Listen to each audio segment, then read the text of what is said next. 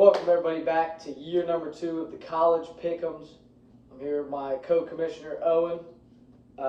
We're happy to be back. It's week 1. It's the greatest time of the year. It's college football. It's high school football.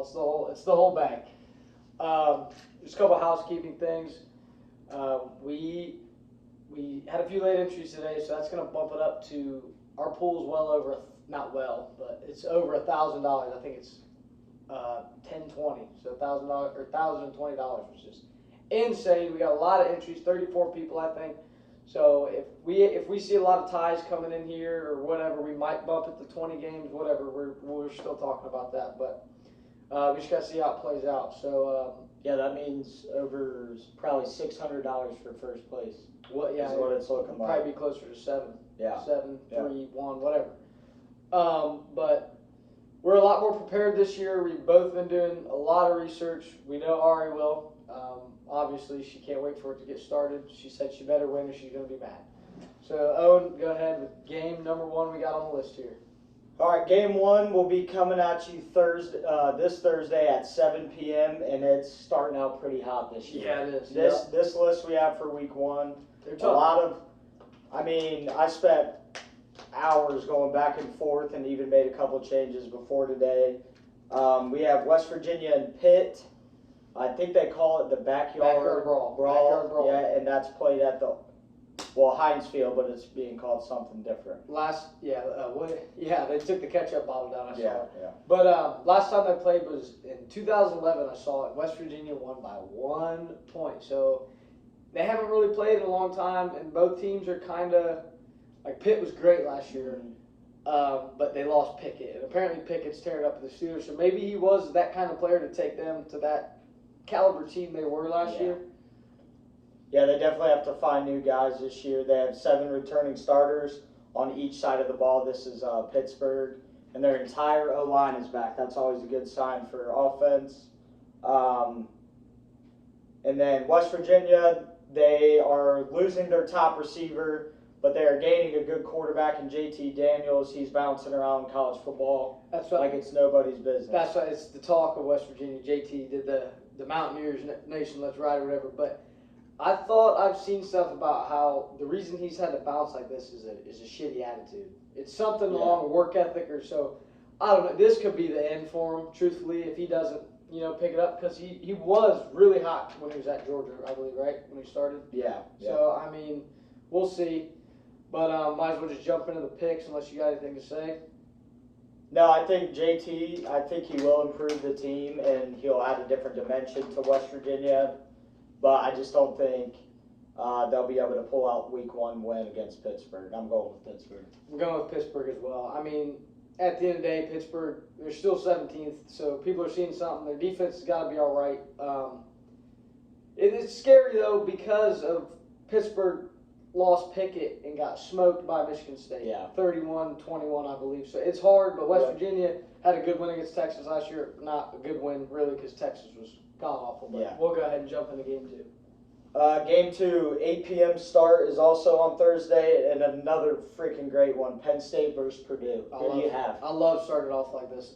This was hard. This was a really hard one. I don't want to touch this game when we're betting this week in Ann Arbor. I really don't. But I like Penn State. Penn State gave Michigan a tough game last year. Sean Clifford, he's okay. If he's playing, he did play against us, but he's okay when he plays. Purdue has a solid quarterback, and they tore it up didn't really tear it up. I shouldn't say tear it up. Their wins. Well, they had solid wins against Michigan State. Yeah. And then I think they had another one. But their quarterback was averaging like 400 yards passing the last couple of games, which is crazy to think about. If you played like that the whole year, you might be talking a Heisman race. Yeah, I won't say much about my notes and the stats because obviously I want everyone to do their own research and make their own picks. I will say Penn State has a lot of guys coming back, especially at quarterback, like you said. Yeah. I believe it's Sean Clifford's like 15th year. He's been there forever. I think Penn State had such a rough past couple of years that their recruiting classes that they have been having that are really high, I think they might start coming into effect. So I'm taking Penn State as well. And you got to think James Franklin's got to be on the hot seat. So yeah. I went for Penn State as well. Yeah.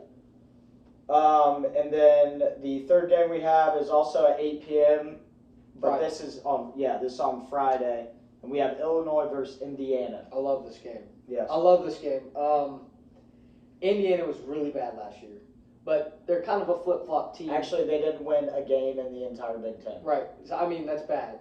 But they're usually a flip-flop team, and then, next year they come out and they scare Ohio State or, pull out a sneaky win against somebody good. But after I watched Illinois play Wyoming like that, I know Wyoming's horrible. That was bad, but I mean, Illinois' quarterback looked good. They were firing. They were up tempo the whole game. So I really like Illinois in this one, and that's what I went with. Yeah, I'm taking Illinois also. They're starting out with momentum. They had a week 1 win by, I think it was over 30 points. And their offense was on fire, almost over 500 yards. Indiana had a rough year. I think they will get a couple more wins, but I think they're still an under 500 team, and they're almost rebuilding. What's crazy at this is point. they probably will get some more wins because that West. They're on the West, right? Yeah. Are they on? Yeah. They're on the West. They're on that crappy side. They're on the West. So and it flops every year. Who's good over there? So who knows? But yeah. Game 4 is a Friday game at 10 p.m. and this will be TCU versus Colorado. I really did no research on this one. I know Colorado was not very good last year, and they probably haven't been good in a long time. But you hear a lot of us talk about TCU, so that's what I went with. That's all I got to say on that one. Yeah, nothing much to say about this one. Just like you said, there's talks that they could even win the Big 12. They didn't really have a good record, and I'm wondering if they're going to be an actual competitor in the Big 12. But I think they will take care of Week 1 in Colorado. Yeah. So, Game 5, our game will be there. Ann Arbor is at noon, and it is Michigan versus Colorado State. Pretty straightforward. 8th in the country versus Colorado State. We're starting Cade. Took us the farthest we've ever been. So, yeah, I might bet the spread on that, which is at like 30. Yeah. I had a ton of notes on it just because. I mean, they're going to pick them. Tell them what you got. They're going to pick Michigan. Michigan, I started out by saying what's not to talk about. They're returning Big Ten champs, whether you like it or not. They're explosive at almost every skill position. They had the number 1 offensive line last year, and with a new transfer and a couple additions, they're saying they could be even better. Colorado State, they're on a 6-game losing streak. If you look at from last year at the end of the season, and they only had 3 wins last year. So I'm not just going to talk up Michigan to you guys. I'm also going to show that Colorado State obviously isn't that great, and they probably won't be this year because who would want to go there, honestly? Exactly. So the question is, will Michigan beat the eye test for this year, and will we see them, later on in the year like last year? Go ahead, you can take Game 6. Game 6, Saturday, 12. This is our D3 game. We throw these in to spice it up because they're always toss-ups. You never know with these D3 teams. And I'm a D3 alumni. He's currently about to graduate from a D3 school, so you got to love it. But we have Framingham State, looks like they're the Rams, versus Sunny Brockport. I saw them a couple times at tournaments when I was wrestling, but I don't think I ever wrestled one. Did you really? Uh-huh. Yeah, that is a noon game Saturday. I went with Sunny Brockport. These two teams played last year, Week 1. Blowout. And it was a blowout from Brockport. But strangely, both teams were 8-3 at the end of the year, same record. And it all comes down to, mainly in D3 schools, there's always, teams usually stay really good or they're really bad. And I just said I doubt Framingham State attracted a bunch of D3 level recruits this offseason, so I'm going to stick with Brockport. Same as well. Game 7 is also a noon game. It's Rutgers versus Boston College. This might be the game of the week, honestly. I was stuck. Rutgers, they got a good defense. They have a good defense, and that's kind of where Boston College excels in the ACC usually. They usually always have a good running back that comes out of nowhere. but it's still Rutgers. It's still Rutgers to me, and Boston College is always competitive, even in that crappy conference. So I just went with Boston College. Yeah, I went with Boston College as well. This game, it could either keep everybody really close after week one, or this could be a game that that stretches out the records for everybody.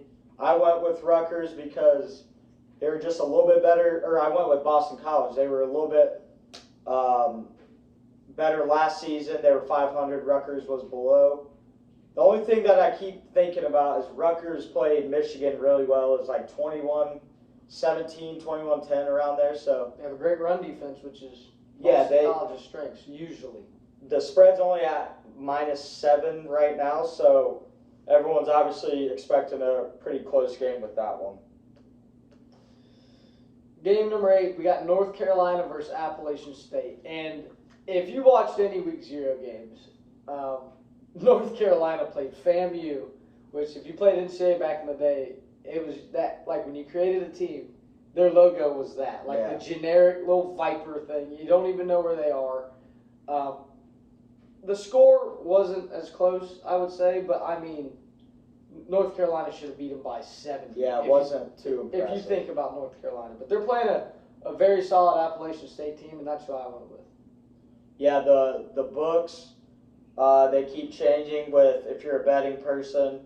I believe Appalachian State is only a -1 point favorite right now. So it's almost a pick 'em. Everybody is waiting to see what happens with this one. UNC obviously won week 1, but they were 0-4 on the road last year, and App State went 10-4 in total games last year. I think, they beat Coastal Carolina, games like that. I think they pull out top games, and with them being at home, I'm going to go ahead and stick with App State for that one. Yeah. Game 9, we got number 23 Cincy versus number 19 Arkansas. This to me is not going to be a close game or game of the week. Cincy is down. I think they put them in there in the top 25 just because they were in the playoffs. Yeah, you almost have to. Even though I think Arkansas is not going to be that great in the SEC, they're still going to be better. They're in the SEC. They got better athletes. They're going to be better than Cincy. Yeah. Arkansas is returning 10 people on offense, and I believe their quarterback is one of those guys.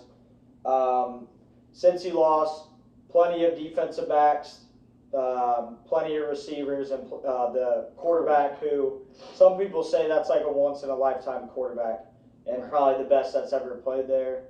I could see Arkansas pulling off like a 3-score game or something like that, honestly. And I think it'll send Cincinnati out of the top 25 in my opinion. So I'm going to go with Arkansas. Game 10, we got number 11 Oregon versus number 3 Georgia. I'm just going with Georgia. National runner-ups spanked us last year. Lost a couple guys on defense, but they're still going to be very solid. They always are in the recruiting area. So I went with Georgia on this one.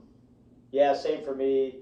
Only thing I'll say is I think they said Oregon can shake some things up this year, but I don't think they do that week 1 against Georgia. I think they start out 0-1 on the year.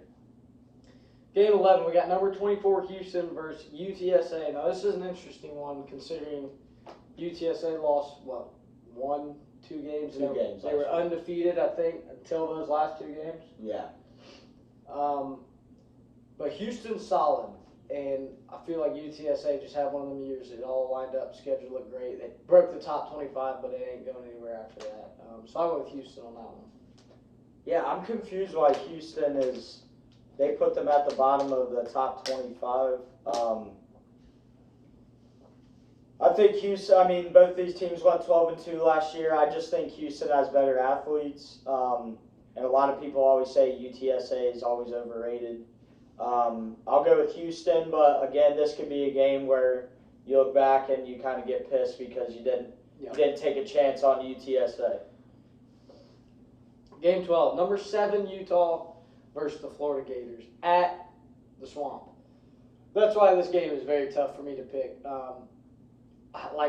has Utah ever been that far out east? It's going to be September 3rd. It's going to be muggy. It's going to be hot.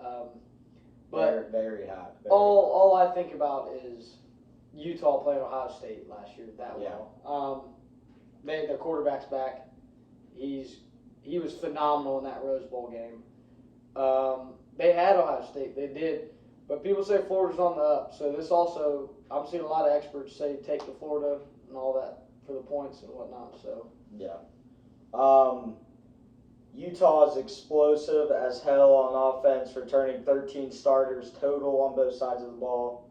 Florida went 6-7 last year, and I didn't do much research on them, but I think they're returning their quarterback, who's supposed to be a guy that people talk about this year. Mm-hmm. They will win more games, and they will be competitive in the SEC. But I'm going to stick with Utah. Ranked 7, and I think they'll stick there for a while. So I'll stick with Utah.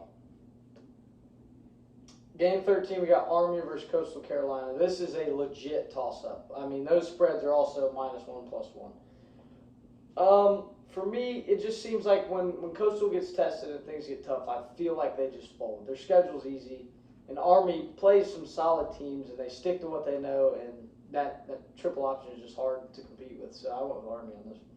Yeah, Army 9-4 last year, Coastal 11-2, and we know they're just going to run the damn ball. So it all comes down to, can Coastal, when they get the ball, can they keep it for however many minutes and control the game?